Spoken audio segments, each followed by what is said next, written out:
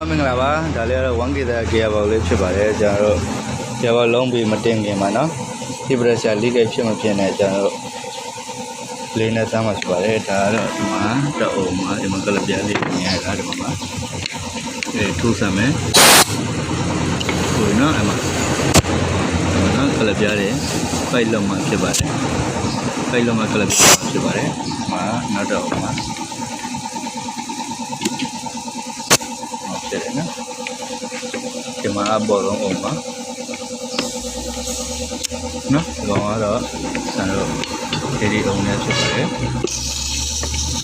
မြင်ရပါဘူးနော်ဒီမှာလုံးအောင်ဆန်းလုံးတော့မှကျွန်တော်ဖျားကိုတောင့်ခံနေပါတယ်နော်ဘောကတော့ထပ်အောင်နေဟာဖြစ်ပါတယ်ဘယ်ဆက်ပြန်ပြီးတော့နော်ကန်နေ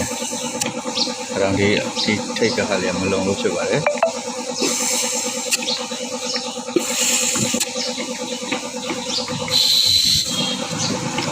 ဒီကောင်လေးရတော့ကျွန်တော်တို့ဘားဘော်လေးကနေပြီးတော့နော်ဘားလေးကို